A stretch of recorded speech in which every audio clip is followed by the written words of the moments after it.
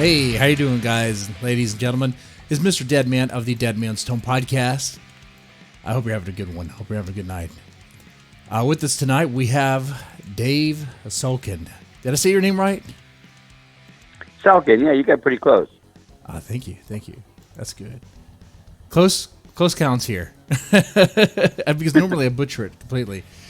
Oh, man. No worries. Yeah, so no sponsor tonight. Unfortunately. But I have this Maker's Mark over here that might be the sponsor. I don't know. We'll find out. So actually, let's go ahead and start this off. So Dave, tell us, who are you and what do you do? Well, I am a guy who gets paid to make stuff up, which is a good gig if you can get it. Right. I've been writing professionally since 2004. I started with Penguin Books with Crescent Fire and Necessary Extremes, and then I've got 14 books out right now with Penguin, Post Hill Press, Permuted Press, which is the horror stuff.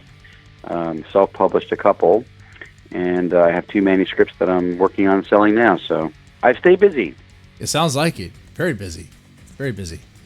And I like that your work, it kind of like expands multiple genres, but at the core of it, there's like a theme of like military, right? Well, I would say I'm a thriller writer. I've got more military espionage stories than anything else. Mm-hmm. But I do have crime, sci-fi, horror, mystery, and I would say that they're all thrillers. It's just in different genres. But I think in the heart, I'm a thriller writer. That's going to be the underlying theme. Okay, thriller. It's about pacing for me. I mean, I want stories that you can't put down. My goal is to make you really tired for work the next day because you just had to stay up till 3 o'clock in the morning and finish. Hey, that's a good goal. That's a good goal to achieve right there. Besides, no one wants to read a boring book, right? Oh, God. Yeah, I mean, you should be racing through the pages because you just gotta know what's going on. So right. That's what we're shooting for. So, what got you started doing this? So, in my other life, I was in the jewelry business for a very long time. I was a master graduate gemologist from GIA after I went to college. And I was reading a trade magazine, which was a hard science magazine about diamond thin films, synthetic diamond thin films. And I just started thinking about how we went from vacuum tubes to silicon in the computer world, that maybe there'd be applications to use synthetic diamond thin films, which are a supercomputer, in the next generation of supercomputers, which made me start thinking about, what evil things people could do with it. I got to keep in mind, this was in about 2003. Okay. When I got the idea for my very first book. That book was a book which eventually came out. It's called Hard Carbon. When I wrote it, it was a science fiction crime story. It didn't get published for about 12 years. When it came out, it was just a crime story because by the time the book came out, what I had fantasized about had actually come to fruition. In the book, the Russian mob is going to hack the web to steal money from banks all over the world. And if I told you that today, you'd be like, well, that's not very original. But Right. When I thought of the story, it had never happened before. At that time, you probably didn't even have antivirus software on your computer because you didn't need it. Who was going to hack into your computer? Nobody. But by the time it came out, the week that the book came out, the Russians hacked 2 billion passwords. And I was like, this is the best promotion for the book ever. But Hard Carbon was the first one written, but not the first one to come out. The first one that came out was actually a military espionage story called Crescent Fire, which was a Penguin book. Wow, and that was back in 2003. And this is the book that had the high tech computers. It sounds like AI stuff, like Google before Google is today. It's the Russian mob. Ivan the Russian Butcher mob. Volosky hires a bunch of out-of-work Russian scientists to develop what becomes the next generation of supercomputers. Wow. So in the story, one of his scientists in the creation of the diamonds accidentally makes a really big, perfect diamond that he cuts into an actual diamond, and he takes it and he runs. So the story, you've got Ivan the Butcher chasing Max, this little old diamond cutter, and you got the FBI chasing Ivan the Butcher. So it's your typical international crime story. But like I said, it was a science fiction version when I wrote it, and it's just unfortunately for the world, it's no longer science fiction. That stuff happens all the time now. I unfortunately, I think I gave the idea to the Russians, and I might have invented it. I apologize to everybody for that. Russian hackers going full blast here. They're for hire. It wasn't hire. supposed to be an instruction manual. It was just a mug, Look at that. Okay. So what about the military side of things? What got you into the military fiction? So I live in Jersey, and 9/11 had a huge impact in this area.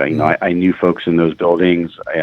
All of my friends had friends and family or whatever that were affected. I've always bled red, white, and blue. I've been working with wounded warriors and veterans in my spare time for over 25 years. And I have a lot of friends in the military. And when 9/11 happened, like most of America, I was pissed is putting it mildly. Oh yeah. And it's just something I never got over it. I was really angry for years. And so when I wrote Crescent Fire, it was a counterterrorism story. And basically it was just a good way to vent. But it was a good thriller. And the funny thing was, I hope if Tom Colgan is listening, he's going to find out what happened. Tom Colgan was my very first editor at Penguin Books, and Tom's a very talented guy. He was the editor for Webb Griffin and Tom Clancy, so he's the real deal. Okay. He was the one that called me out of the blue one day and said, "Yeah, I want your manuscript. We're going to do it." And I would, of course, I've been trying for a year to get published, and nobody would talk to me, and it's a brutal business to try and get published. So when I got that phone call, you can imagine, dancing on the desk at work, like, "Holy crap, I'm really going to have a book come out." And he said to me, "Do you have a sequel?" And I didn't have anything. I had just written Hard Carbon first, and then I had written that book second, and that's the one that they wanted. He said, "Do you have a sequel?" And I said, "Well, I just started working on it." And by just started, I meant like that second. So he said, "Okay, send me the outline in the first 30 pages." And I said, "Well, it's going to be a couple of weeks and still tinkering." He goes, "Okay, well, it's okay. Send it over." So I hung up the phone, and this is now in about 2004, 2005 maybe. Right. I think it was 2004. And I said, "I need a story. What's a good story? I need I come up with an idea." So the idea was, what would happen if Iran ever got a nuclear weapon? Now, again, if you read that story today, it's like, well, it's not very original. Mm-hmm. But in 2004, the Iranians didn't have a nuclear weapons program yet. So It was, a thriller at the time that nobody maybe had thought of yet. But I have a bad habit of writing stuff and then having it come true. I'm going to write a story about myself winning the lottery. Right? That's what you should do. should do. Hey, put me in there as well. Come on now. Come on. You got. Yeah, sure. Why not? I'll spread it around. 100%. So those two books were my first. That was my first contract with Penguin. Okay. Penguin. Tom came back to me about a year later and said, "You're a good writer. I love your work. Love your stories, but that genre is just beaten to death at this particular moment, because what had happened in 2005 was the ebook world had just started up, and it was really shaking up the book industry. Okay. We also were fighting in Iraq, and a lot of guys coming back were starting to write about their own stories in Iraq. Mm-hmm. And the genre was just really saturated. So he said to me, "Can you write a cozy mystery for me?" Oh, and I said, as long as you keep publishing me, I'll write anything you want. So right. 3 months later, I turned in my mystery, and his secretary called me, hysterically laughing on the phone, and she's like, "You idiot! You wrote us a thriller." He said he wanted a mystery. She said he wanted a cozy. I go, "A cozy mystery? Like, doesn't that mean you curl up in front of the fireplace with a glass of wine and your dog and you read a book?"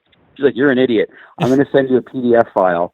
Read this and call me back." So she sends me a PDF file, and much to my surprise, a cozy mystery is actually a subgenre of mysteries. I didn't even know that. What is a cozy mystery? Unfortunately for me, I don't even know. So a cozy is, it's like 80% women authors and women readers, and it's like an Agatha Christie novel. It's like, imagine a black and white movie where the little old lady with a cat bobbles into the room and finds the dead body, and now she's thrust into this mystery that she's got to solve. And it's very, very kind it's mystery for cat ladies. Cliched boilerplate. Yeah, but there's no violence, there's no blood, there's no cursing. I mean, these are very clean sort of, little old lady mysteries, for lack of a better word. I'm sorry to the audience if you love these things. They're very popular. But but I wrote a thriller because that's what I write. And so she called me up. She's like, no, man, we can't use this. So she explained to me in the PDF file, explained what it was that they needed. And then I called her back and I was like, I can't write like that. And she said, I didn't think that you'd be able to, but that's what we need right now. And unfortunately, that kind of ended my time with Penguin because that's what they were looking for. That's what they were selling. And Hey, I can't write like that. Isn't Penguin having a hard time right now too? I thought I heard something in the news where they're having some issues. There are some money issues. Well, ever since they stopped publishing my stuff, I guess, Yeah, see, but Tom, if you're listening, call me. I'll come back tomorrow, and we'll get started on the next project. Yeah, see, could revive Penguin. I don't think Penguin's going anywhere. Yeah, well, I'd be happy to go back to work for them. It was an awesome company. They have the best of everything. When you're working for the big traditional publishers, you get the best cover artists, the best editors. It's a whole different world. It was an awesome experience, and I'd like to go back. See, in being that you have published traditionally and you have also self-published, and I think you publish with like indie press, like with smaller publishers as well. So the book that I wrote that was supposed to be a cozy mystery, which was a thriller mystery, was called Deep Down. And after Penguin said, we can't use this, I had already written it, and it was a good book. I didn't know what to do with it. Right. And so at that point, I was like, I'm just going to self-publish it because I just didn't know what to do. I didn't have any contacts in the book industry, other than my guy at Penguin. So I was just, ready to do something with it. So I self-published Deep Down, and anyway, sold some books. It was great. Okay. And then I went back to writing military espionage. Back when I had my jewelry store, I had a customer, and I had this very, very cool guy named Al, who was a Vietnam veteran. He had done 2 tours as a Navy frogman. They used to have UDTs before they had Navy SEALs. Okay. And he did 2 tours in Vietnam and then got pulled out and put on a Navy All-Star baseball team where he and 14 other superb athletes would tour around in Navy All-Star baseball team uniforms and do baseball games and exhibitions all over Southeast Asia, except the Navy never had an All-Star baseball team. It was CIA. And it was a cover story. And so when he told me this just in conversation, I go, I'm sitting down with you and I'm interviewing you and this is going to be a book. So I did. We sat down for a couple of hours. I just went through a bunch of yellow pads, taking notes, and I made it a modern story. Instead of being Vietnam era, I put this story in Doha, Qatar, and in Saudi Arabia. And so the team began as that first baseball story. But these 15 guys are special operators, from all different branches. You've got Marine Recondos, you've got Army Rangers, you've got a couple of CIA guys, you got Navy SEALs, and they all work together in different parts of the world. And that became a 3-book contract with Post Hill, and then a second 3-book contract with Post Hill. So there's 6 of those books out, including the Mop. That's interesting. And, and that team series was my best-selling books, I think. How does that work? So, it's a group of guys, 15 people. They pretend to be a baseball team, but then they're not really a baseball team. It's all just one big op. So if you figure, the guys that are special operators, they're great athletes. They can pretty much do anything. If you can, jump out of an airplane and land in the water and inflate your raft and invade a country, you can play baseball. So in the first story, they're disguised as a baseball team, and they're going to go play a Saudi prince in his baseball stadium. But that's just a cover to get them into the area where they need to be. They're actually going on a different mission, and I don't want to give too much away, but that kind of gets them in and out of the country. In the second book, cool. Into the Jungle, it's the same bunch of guys, but now they are disguised as Christian missionaries who are going to build a school in the jungle in the tri-border region of Brazil and Argentina and Paraguay. And they're in the jungle, and they're actually going after drug lords who are supporting terrorists from the Middle East. And that story, which sounds like, well, you wouldn't have Middle Eastern terrorists in the jungle in South America, that actually happens. I was reading a Homeland Security magazine. So another hat that I used to wear for 25 and a half years was I was a local elected official in my town. I served as mayor, deputy mayor, township committee, police commissioner over that 25-year time period. And so I was reading a Homeland Security magazine, and in the magazine was a story about what they call the unholy trinity. And it was about guns, for drugs, for ammunition, that was going on between the Middle East and the tri-border region that was ending up in the United States. And so you had Hamas and Hezbollah and Harakat al-Mujahideen. You had all these terrorist groups that were working with impunity, training in the jungles, because if you went to the Brazilian government and the United States said, hey, you got, narco-terrorists out there, they would say, no, they're not in Brazil, they're in, Uruguay. And if you went to the Uruguayans, they would say, no, they're not here, they're in some other country, because they were so deep in the jungle that you really couldn't touch them. So book 2 was sort of like Apocalypse Now, in that they're going, in country, up into the river, and like in the deepest part of the jungle. And these drug lords have worked with the local tribes to use them to haul their cocaine and stuff. And so it's kind of that jungle feel. I liked it. It was a fun book to write. Mm-hmm. And then in book 3, they're in the Congo, and the Congo is a uranium-rich country. So you got the Chinese trying to overthrow the government through their proxy rebel army, because they want a pro-Chinese communist government, which will give them access to the mining rights. Right. And again, that was fiction when I wrote it, but stuff like that is probably going on right now. It's fiction when you wrote it, but that stuff happens. Like, when you were writing it, this stuff, was it based on any sort of was it influenced on real things that you heard about? Like, did you talk to some military personnel? So the book 2 was based on things that were happening in the world. Book 3 was some stuff that I was reading about, but it wasn't real specific. It was probably still covert that was going on. The last one of this series was right out of the news stories. I was reading about the artificial island building in the South China Sea, and that led me to write the last book, which is Dangerous Ground. And it's a reference to the ground, which is being created out of nothing. You got the Chinese, the country of Brunei, Vietnam, even Japan. They'll go to a small atoll or coral reef, and they'll dump 100 million tons of concrete on it and build an island and stick their flag in it, and they say, the few miles around this island belongs to us. These are our national waters now.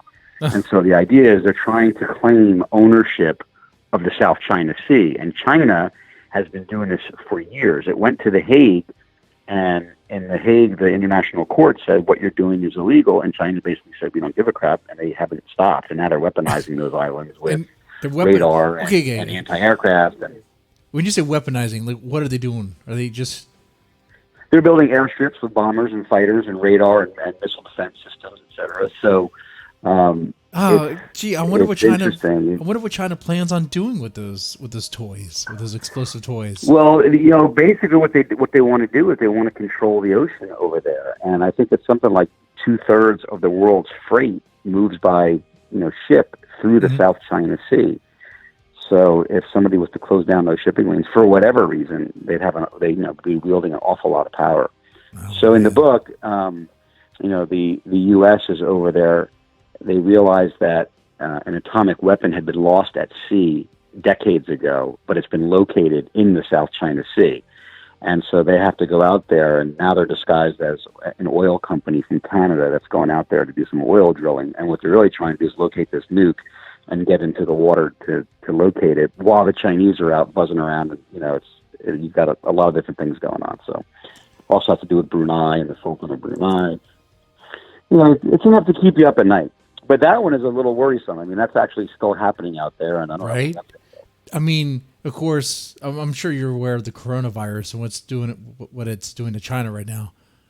You think that's God's way of saying, "Hey, y'all need to slow y'all's roll. Y'all being testy."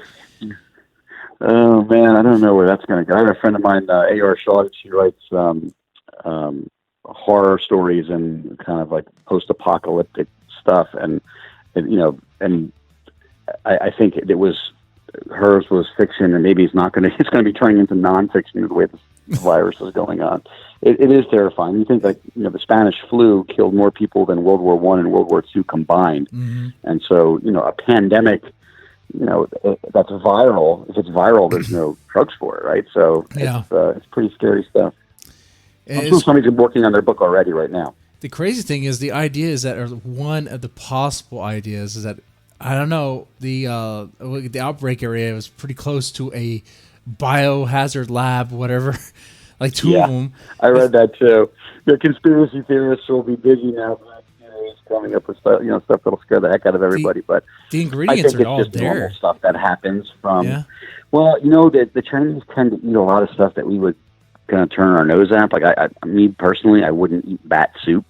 But I think if you're eating bats and some wild animals that contain, or can be rabid or contain all kinds of viruses that humans don't normally get exposed to because you don't eat that stuff, you have crossover disease problems. So Right. I'm not a scientist. I couldn't tell you. I just know it's scary stuff. Wash It is your hands. scary. It is scary. You slap yourself in water every day.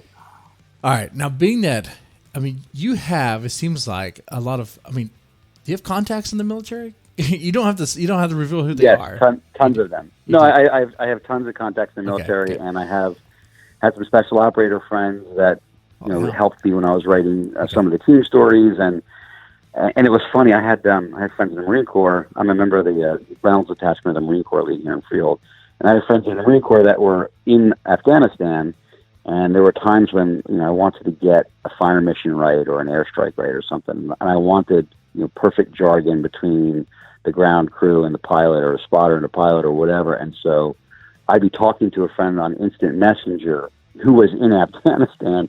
So, Bravo 3, this is Zulu 6 actual, and making sure that the conversation would be as authentic as possible, because I didn't want anybody to ever read a book and go, well, that's not how you say that, Right.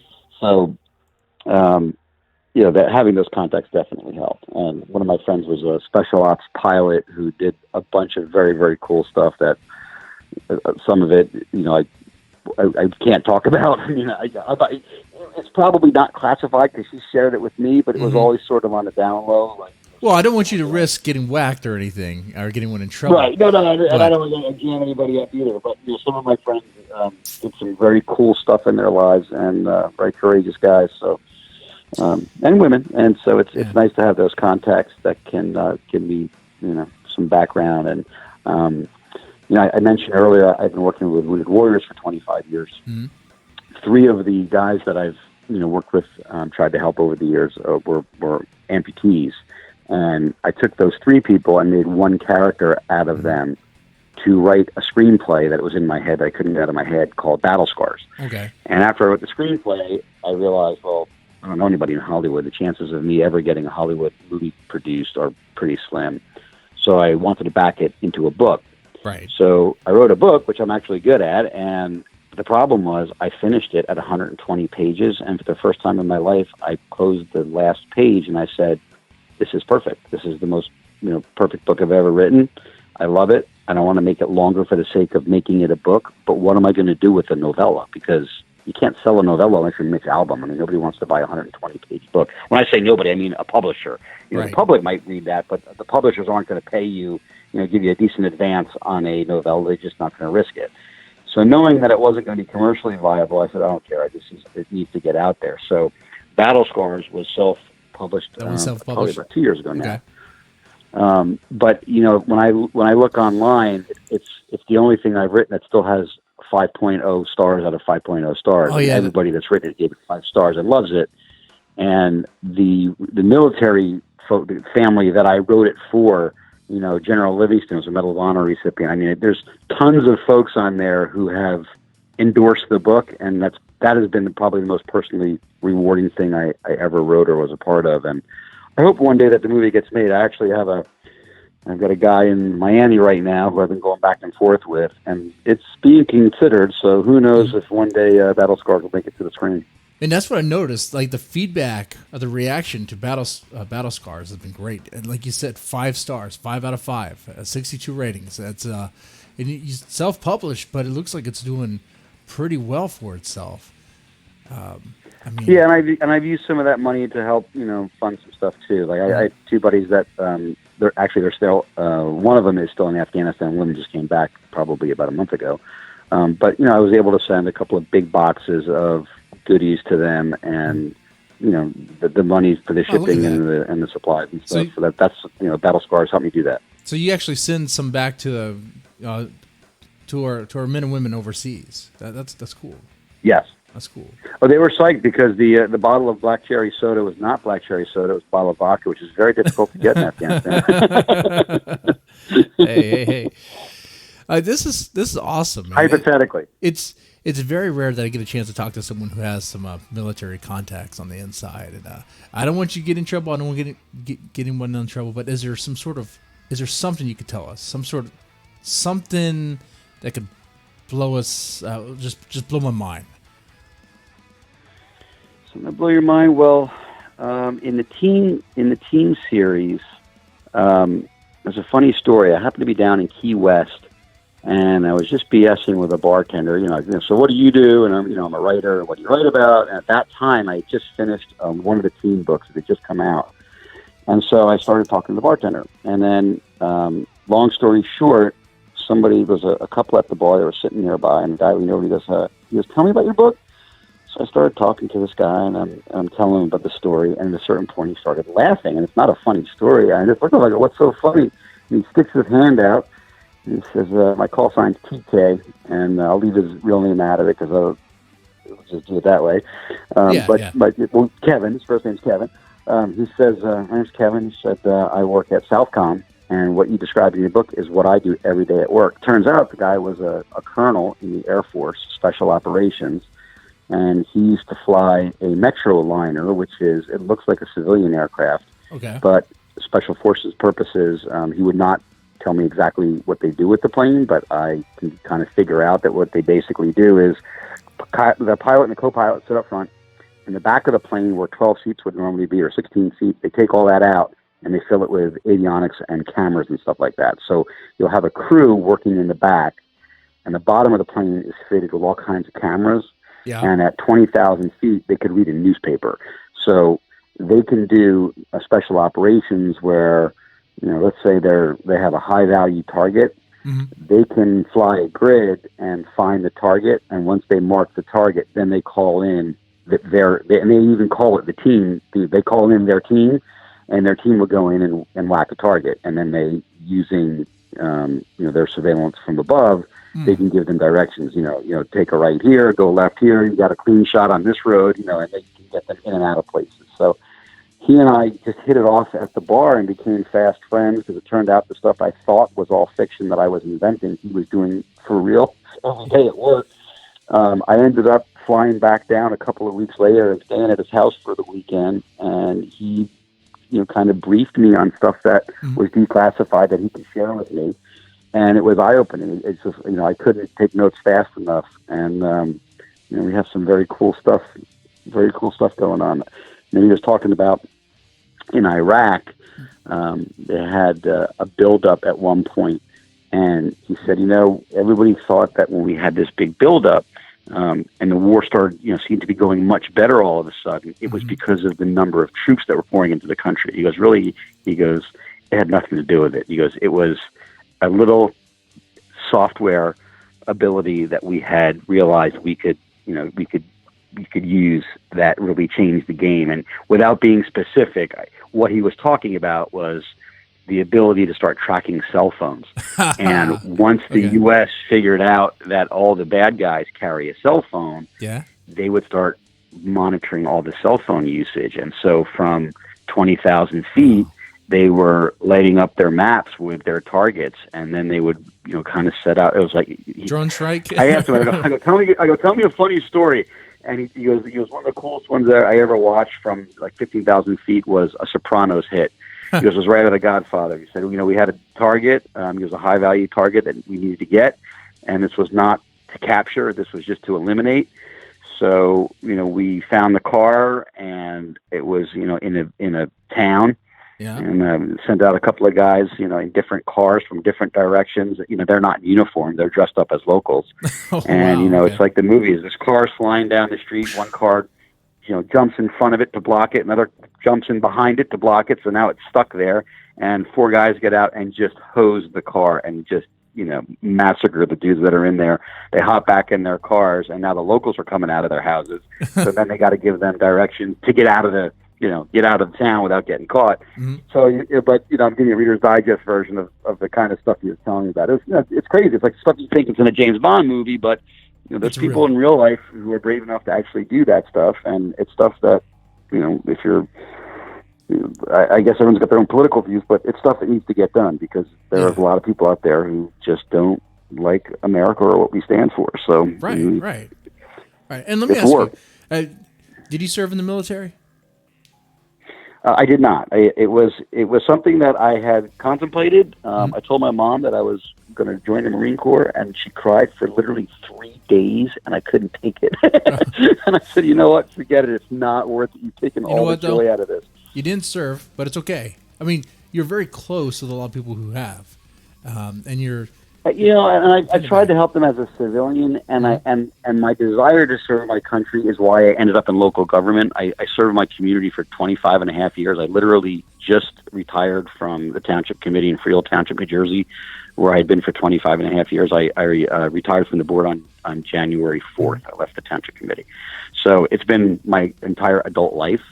I was the youngest person elected in my town's history and served the longest as far as we know. So I'm only 54 and I've got 25 and a half years. And in fact, I was nice last year. The state of New Jersey was nice enough to put me in the Elected Officials Hall of Fame. So it's like I left satisfied, like, okay, I did my bit. I contributed as best I could to my country as a civilian. I didn't do it in uniform, but at the very least, I make the guys who are serving look really good, because my books tend to make them look like, G.I. Joe. Hey, that helps though. It's fun. That's fun. Yeah. So, let's talk about. You have a story that's more like horror related. It's like deep sea monster, like a deep sea creature sort of thing.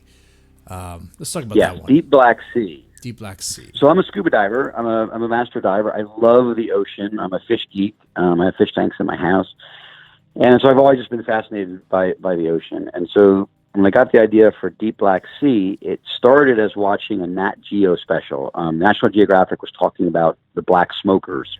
Right. A lot of people have no idea what that is. So just real quick, basically it's a volcano underwater, and when it's 3 miles down underwater, it can't boil off because the pressure won't allow steam or boiling water. So what ends up happening is you have superheated water.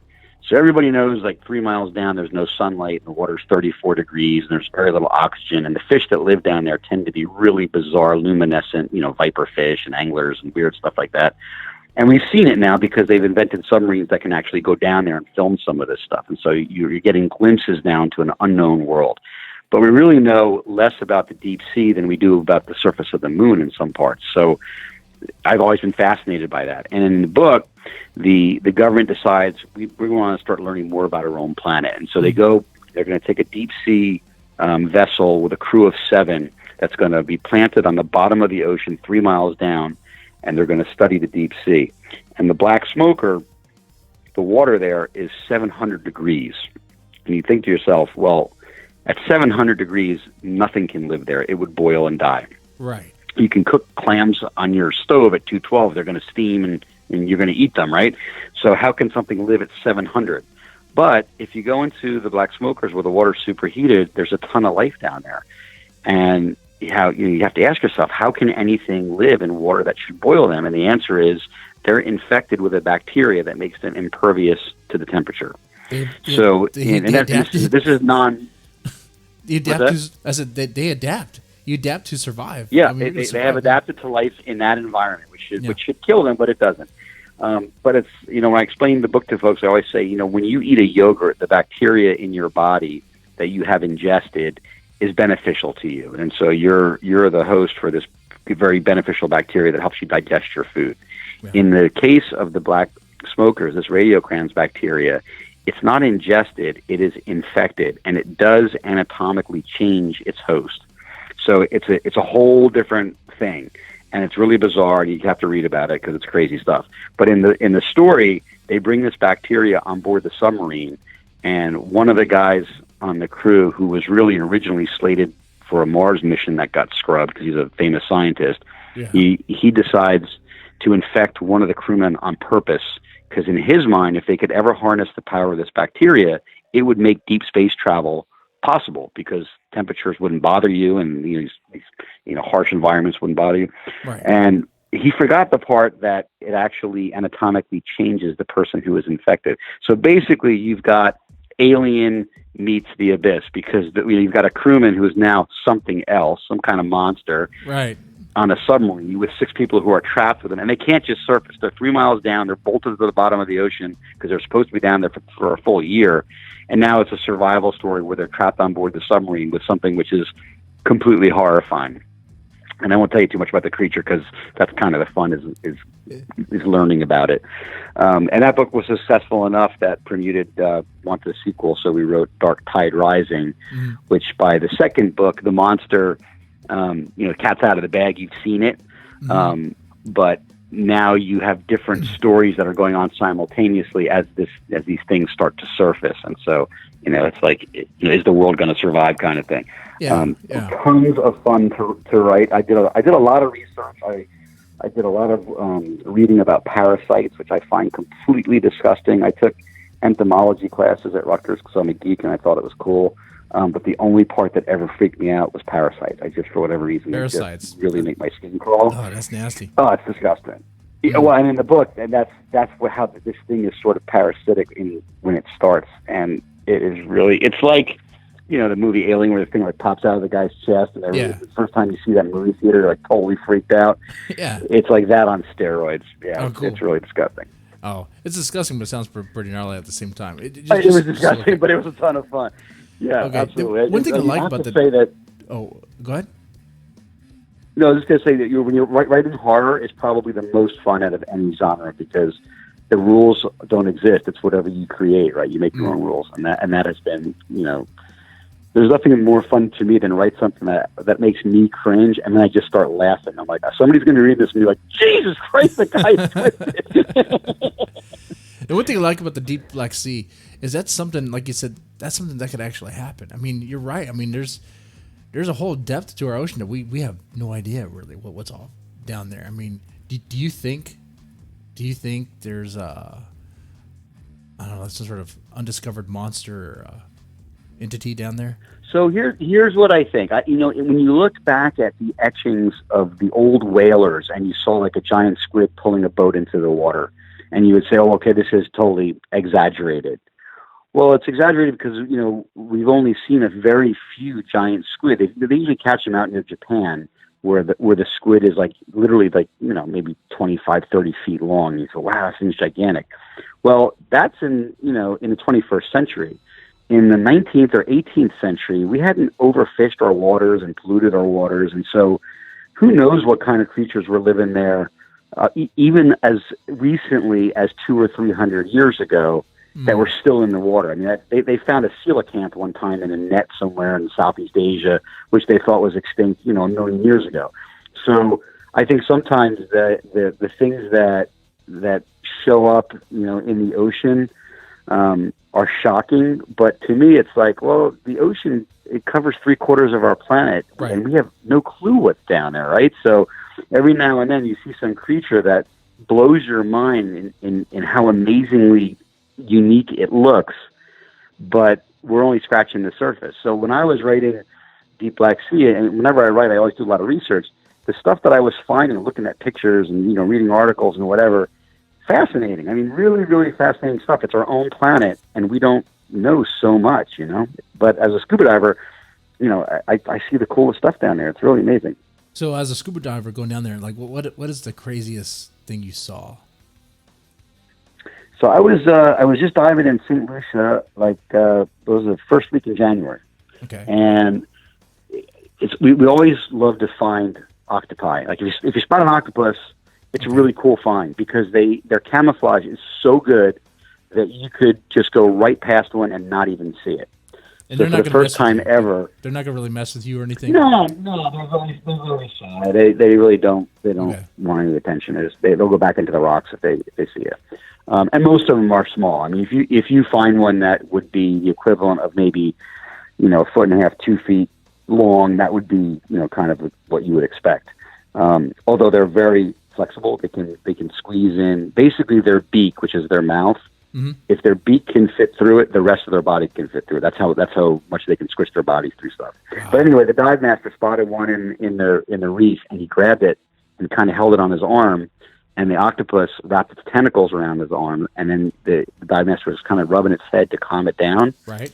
And we all literally, there was like 6 of us, we sat on our butts on the bottom of the ocean, and for 5 minutes played with an octopus. He just decided that he wanted to hang out with us. And we took turns petting him and watching him turn colors, and he was just kind of wrapped around this guy's arm, but wasn't trying to get away. He was just looking at us as much as we were looking at him. It was the coolest 5 minutes ever. So it was like, and while I'm down there, yeah, it was totally chilling. And the cover of Dark Tide Rising is tentacles of what looked like an octopus. Mm-hmm. And I was thinking about my book cover while I'm sitting there looking at this thing, and it was the coolest thing. I a little clip of it on Facebook. I posted a video. It was just a very amazing thing to get to watch. And I've been diving a long time, and that never happened before. So do you think there's like any sort of like maybe like a kraken or sort of? I mean, what's the likelihood there's a kraken down there? The only kraken I know of is that spiced rum that I happen to like. It's very, very good. It's pretty good. It's pretty good. That can be your sponsor for tonight's show, Kraken Spiced Rum. So, I mean, I don't know what's down there. I can tell you that when I was doing the research for Deep Black Sea, sometimes you go down a rabbit hole, you discover something that you're not looking for, and then it becomes interesting. Yeah. I started reading about Humboldt squid. And a Humboldt squid, in its suction cups, each cup has a hook in it. So if they grab something, not only are they sucking to hold it, the hooks go into the flesh. Ooh, and there are stories about Japanese fishermen who, are standing at the edge of their boat, like they're throwing their net in, or they got a pole in the water, and a tentacle comes up and will grab a dude, and the dude goes overboard because he can't get away. Oh, and they sometimes hunt they hunt in packs. So you can imagine a school of 40 or 50 Humboldt squid going through a school of fish, right? Or if you're, an 1800s whaler and you're on a small boat going after a whale, and the Humboldts are also going after the whale, when they talk about sea monsters, they probably saw stuff that we've never seen, but would totally freak you out. You'd never go in the water again. So, are they extinct now? Are they gone? Or are they still around? Humboldts? No, Humboldts are still out there. Okay. Yeah, they're fortunately for us, we don't have much contact with them. They are, in deeper waters, and they're not near beaches. They tend to be out in the maybe because the Japanese kept fishing for them. I mean, the Japanese would eat it. We would definitely try to find a way to get that thing and eat that thing, fry it up. Yeah, I mean, once you cook it, you just you clean the hooks off and you can eat the squid. Right. I always thought if there was a kraken or a Cthulhu down there, the Japanese would find a way to kill it and eat it. I mean, it's just a matter of time. Okay. I'm looking online, and Aaron Stepien says he remembers reading about the giant squid that was maybe 2 times bigger that was anything on record back in the 70s. But the one that I was thinking about was more recent. It was probably in the last 5 years. Oh, wow. A fishing vessel had snagged in one of their nets. They had just found a giant squid, and these things can be gigantic. So right. There are some sea creatures that they don't have a final size. They'll just keep growing until they either die or get killed or hunted or something. So there's some super-sized whales, some super-sized cephalopods, whether they're octopus or squid or whatever. So, the oceans are so overfished now that we take a lot of fish before they reach mature size. But if you think about this 15, 16, 1700s when fishermen were out there, the population of the world was, a fraction of what it is today. Yeah. So, is it possible that they would come across some sea creature that was bigger than anything we've ever seen today? Yeah, maybe those etchings weren't exaggerations. I'm not saying there were mermaids out there. I think those were just guys that were really lonely and maybe getting a little horny. Yeah. but I think there are monsters out there that they probably saw that, they didn't understand what they were looking at. Yeah, I agree. Great. And Deep Black Sea is doing well. It's 4 stars, but it's pretty well. It's 131 ratings. You have the sequel that's out.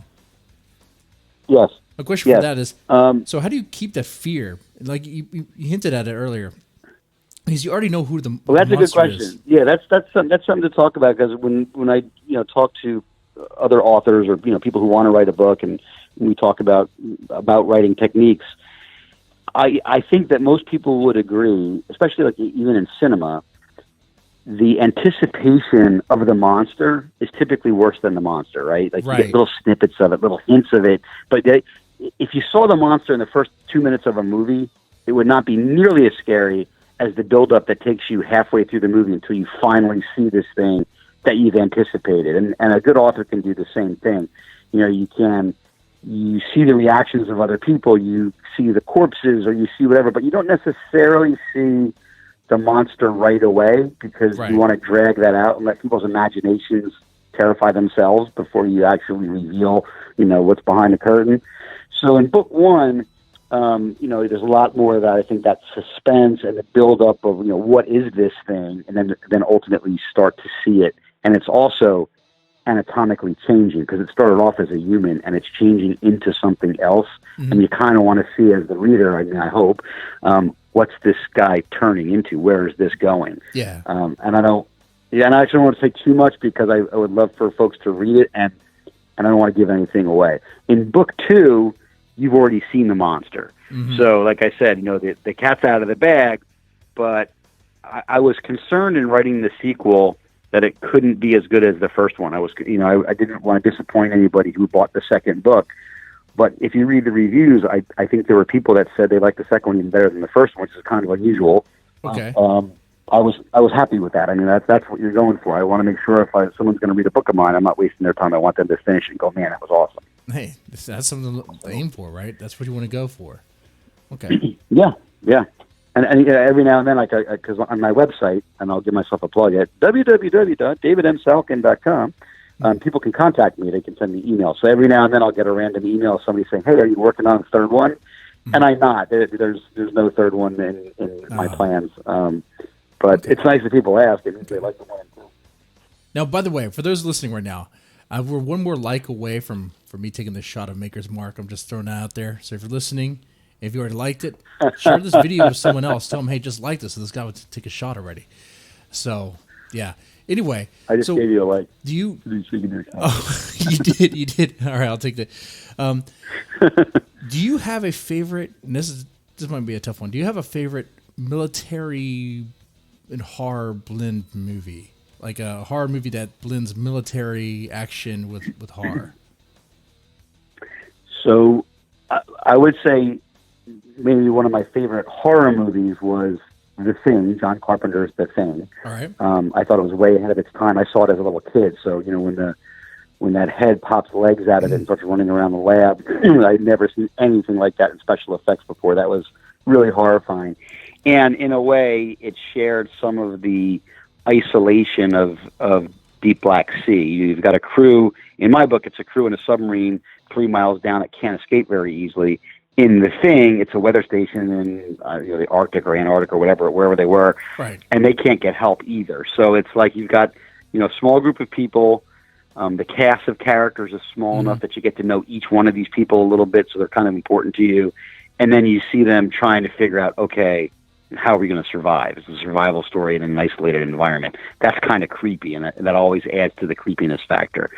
So I like that. And the original Alien, also really cool science, sort of plausible, and not that it was military, but you do have military, a war going on. You've got a crew. It's a crew trying to take on this creature. It's Space Force. I can't say that I loved the remakes. It became 5 movies. But the first one was amazing. It was really, really great terror. The first one was great. But yeah, both those picks are awesome picks. The Thing, that still holds up today, in my opinion. And one thing I want to touch on, so like in the Deep Black Sea, like, do you have moments where it's like psychological, where like you're not really sure who's going to turn or who's infected or who's like, because that's one thing I really liked about 100%. The Thing. Oh, cool. That's cool. Yeah, I like that. yeah.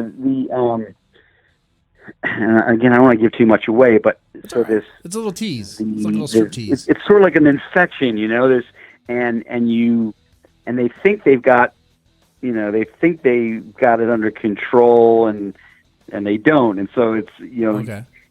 I don't want to say too much. There's no way for me to explain it without blowing parts of the book. So I would just rather people read it and experience it for themselves. Check it out, guys. Check out Deep Black Sea and get the sequel too, because you're gonna like it. You're gonna like it. Look at that. And Christine Romero, she says, "Great show tonight, loving it." Thank you for that. Thank you. Glad she's liking it. Thank you.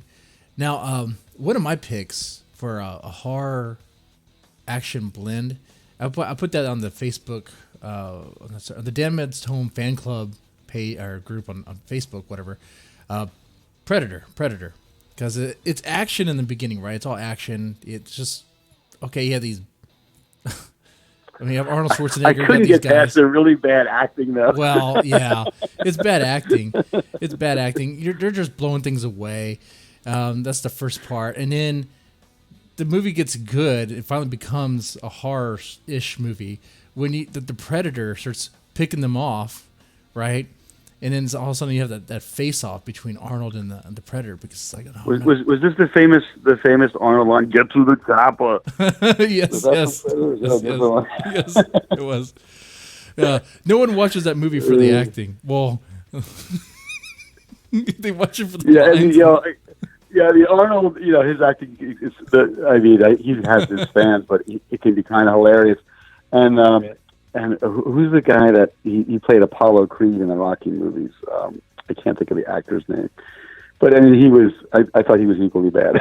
So, I mean, it's just like, and I'm probably gonna get hate mail now, but it was an entertaining movie. Mm-hmm. Yeah. And then I think that, they just get, how many of those movies have they made now? 100? Oh, yeah. I don't really count the others. Just the first one. Like Alien versus Predator. It goes on and on and on. Do that. Yeah, I'm not part of that. That's good. Yeah, that's when the series just jumped the shark and it's like, no, why no. The concept was cool. I'll give him that. I mean, the ultimate alien warrior trying to fight something you can't really see. The idea was great. So, do you have anything in the works right now? Anything in the works? Anything you want to plug? I have. Well, I want to plug all 14 of my books. I want everybody to buy all of those books. If you're only going to buy one, I would say start with Battle Scars, because it's a 3-hour read. It's a novella. You can literally read this in 2 or 3 hours, but I promise you'll think about it for a week, because it is a really compelling book. It's parts of it you will laugh. I mean, there's a couple of Marine Corps scenes that are just really funny because the guys are funny, but you're also going to cry. It's the only thing I've been writing for a long time. It's the only thing that ever made me cry while writing. I'd actually step away and take a walk. It was because it's intense. These are people that I knew. I mean, it's composites of people. It's not one person, but the anecdotal stories are stories that these guys have shared with me over the last 25 years. And so you want to make sure you get it right and do their stories justice. But the ending, it's my favorite ending I've ever written, because it's the kind of thing where you're reading it and you get to a certain point in the book and you have to stop and go, wait, hang on a second. And then you got to go back and reread another bunch of pages, because what you thought was happening is not exactly what you thought was happening. And it was very satisfying to write it and finish it and feel like this is the best thing I ever wrote. And it was only 120 pages, but it was my best. So I would say start with Battle Scars, because it's a quick read, and then you'll decide early on whether or not you like my writing style. And if you write that one, then you can jump into horror or the teen or whatever. Hey, that sounds like a good pick right there. Battle Scars. Is that the one? Because I see a bunch of quotes on your page. Is that those quotes? Is that in response of Battle Scars? There's a bunch. On the website. Yeah, I'm just looking at the Amazon page right now. You got a bunch of endorsements from other colonels, a sergeant. This is. Oh yeah, Battle Scars. I had a lot of guys in the service that were nice Majors. enough to send me notes, and you got a lot of brass and a lot of grunts. Mm-hmm. I love it, man. Yeah, General Livingston won the Medal of Honor in Vietnam. He was nice enough to give me a quote, and a couple of colonels, a couple of majors, and then a whole bunch of jarheads that are friends of mine and people I don't even know who are just in the service. So it's been nice. Aaron Stepien is sending a note. He says, I remember reading stories told by Japanese fishermen that discovered dead sea life, and when the photos were examined, some people said they thought it was a possible plesiosaur, which is some kind of dinosaur. Yeah. My opinion is anything is possible. It's Michael Crichton, who I was a big fan of, and I've had editors tell me that my writing reminds them a little bit like him, which I consider an ultimate compliment because I'm a big fan of his. But Crichton wrote a book, Eaters of the Dead, which became a movie called The 13th Warrior, The 12th Warrior, something like that. I forget. If he hadn't written that book, I would have written the book, because the book was about Neanderthals that are isolated and don't disappear. And you have, I think it was Vikings who are fighting literally Neanderthals.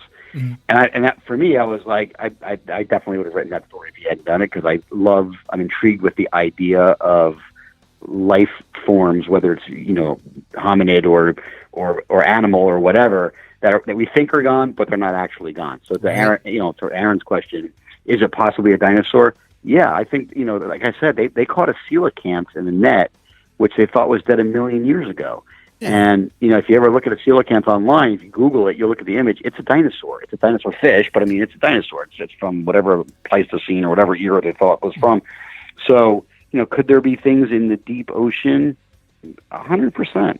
Yeah, I don't think we know everything that's on this planet, or even maybe in the deepest part of, whether it's the Amazon or the Congo or whoever, who knows what you're going to find out there. That's true, man. Which is fun. If you're an author, it helps you make stuff up, right? Right. It's so vast, so big, and there's so much depth to it. Of course, it's possible that a creature that we think is extinct can hide and still be alive. It's possible. It's possible. Man. Do you have one thing I wanted to ask you. So since Battle Scars is self-published and you have experience, publishing traditionally, what's the pros and cons? Just how do you feel about that? And that's a question when I do do little talks to groups, and sometimes they're aspiring writers. People will ask, should I go traditional? Should I go self-publishing? And people who have only self-published, they say, well, you should self-publish because you get to keep more of the money. Mm-hmm. And my answer is always, well, do you want 70% of $2,000, or do you want 10% of $80,000? So it's like, right. Yeah, I want a traditional publisher. I want to get back with Post Hill or Penguin or Putnam or Simon & Schuster. I want a traditional publisher because they're going to pay me in advance, and they're going to handle all of the work. They're going to have a professional cover artist. They're going to have great editors. They're going to have an editor that I can talk to about content. Maybe they can help me make the book even better. And you're dealing with a professional company that knows what they're doing, and they take all of that end out of it. So all I have to do is write the book, and when the book is finished, I can go out and help market the book by doing the book tour or talking to people or doing shows like this, or however you want to get the word out. That's up to the author to try and make that happen. But definitely, I want a traditional publisher. The times that I've self-published were unique cases, like the one my accident about the cozy mystery that wasn't a cozy mystery. I didn't know what else to do with it, because it was just such an embarrassing, hilarious story that I was like, I'm just going to do it myself. So deep down, did it sell tons of copies? No, it didn't sell as many as the stuff that was traditionally published, but the reviews are good. The people that read it loved it. I think it's a good story. I think it was worthy of being published. And then I wrote a vampire story, Forever Hunger. The vampires were very hot at the time, but I didn't like the vampire stories, whether it was movies or series or whatever, that were coming out. Yeah. I wanted a really scary, horrifying vampire story, but I wanted a vampire story where it wasn't Van Helsing hunting vampires. Yeah. I wanted a story where it was regular folks like me and you who don't believe in vampires dealing with it. So now you've got an NYPD crime thriller where the detectives are trying to figure out this really, really grisly serial killer, but the DNA evidence doesn't make any sense, because he ingests DNA at one crime scene and leaves it at the next crime scene, ingests the DNA from that victim, and then leaves that at the next crime scene. So it's like, as they're looking at this, they're trying to come to grips with this impossible chain of evidence, and they end up working with an FBI agent who's been working on this, kind of like if you think about the X-Files in a way. He's been working on this bizarre case for a very long time. He's like, I'm going to tell you what I think, and you're going to think that I'm nuts, but I've been working on this for a long time, and I can't come up with any other conclusion. Wait. And he starts talking about the possibility of maybe this is not what we're used to dealing with. And so, they very, very reluctantly start to consider the possibility that maybe this is a vampire, even though they don't want to call it that. They won't even now use this that word. FBI agent, did he have his desk inside of some sort of like broom closet or something? was he the one that? Oh, okay, this guy. Yeah, more or less. Did you read this book? No. But Yeah, he was. Yeah, he was kind of squirreled away somewhere. Yeah. We're gonna put you in the basement. I'm already in the basement. Nah, even lower than that. Yeah. Oh man. So I gotta check. But that it was a fun book. Okay. Yeah. About that question, usually when I hear that, people say, "Oh, should I self-publish?" I was like, "Well." I hear that so many times, so often. It's like it sounds like you already want to, but you're afraid to do it. Like if you've been trying to publish traditionally and you keep on getting rejected. First off, one, why are you getting rejected? Yeah, there's stories out there. There's success stories where someone was rejected multiple times in that same book. They self-publish and it's amazing, I guess. But that's like, it's not going to happen for everyone. So like, just like. Aim just aim for what you want. Like if you want the sort of success where you're gonna, if you want the benefits of being traditionally published, aim for that. Yeah, and the thing is, you can't give up. If you're going to try to be a writer, you are in an industry that is brutally difficult. Mm-hmm. And it's so subjective. You can give what you think is a great book to an editor, and they read it, and not interested. And it can happen 100 times. You know how many rejection letters my file of rejection letters looks like the yellow pages, the old yellow pages. I mean, it's 2 inches thick. But I never gave up because I thought that my books were as good as anything I had seen in a bookstore, and I thought they were worthy of publishing. And I showed it to not just family and friends that liked me. I showed it to people that I respected who were other writers that I had met along the way and said, "What do you think?" They're like, "Why isn't this published?" I was like, "Well, because I can't get a publisher." And so you just send out query letters and synopsis, and you have to know how to do that, and that's its own special art form. And then you just have to do it over and over and over until your book hits the right desk on the right day. And it literally has to be on the right day because, some editor from some publishing company gets in a fight with her husband or wife that morning and goes to work in a pissed off mood, and they're just not liking anything that day. And That's the day your book is on their desk, you're screwed. Mm-hmm. Or they're talking to their, the people they work with and like, "Hey man, we need a really good, horror story this week. Come up with something." And lo and behold, that's what they find on their desk from you, and bam, you're in. And that's as subjective as it is. It's crazy. So you have to have a really thick skin, and you just have to have staying power. Now, there's stories where like Stephen King and even J.K. Rowling, they try to publish books under a different name. Stephen King had success. J.K. Rowling not so much. They looked at her work, not knowing it was her work. It was like, this is crap. It was like, but that was my stuff. So I was like, okay. Right. It is so subjective, and I think I had a conversation with Ben Bova one time. Ben was an amazing science fiction writer. Science fiction fans will know the name. His wife was my agent for a short time. We were working on Hard Carbon together, actually, and unfortunately she passed away before we finished the book. But I remember having a conversation with Ben about our industry, and he was saying, he goes, "You have to have two things.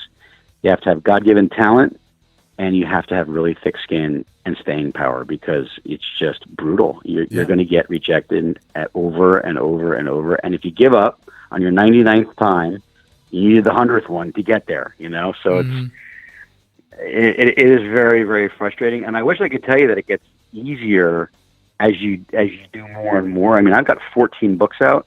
I have 2 manuscripts right now that I'm trying to sell, and I think Blood from a Stone is the best book I ever wrote, and I haven't found a home for it yet. It's a really gritty thriller, mystery, crime story. I think it's my best book, and I have not been successful landing a publisher yet.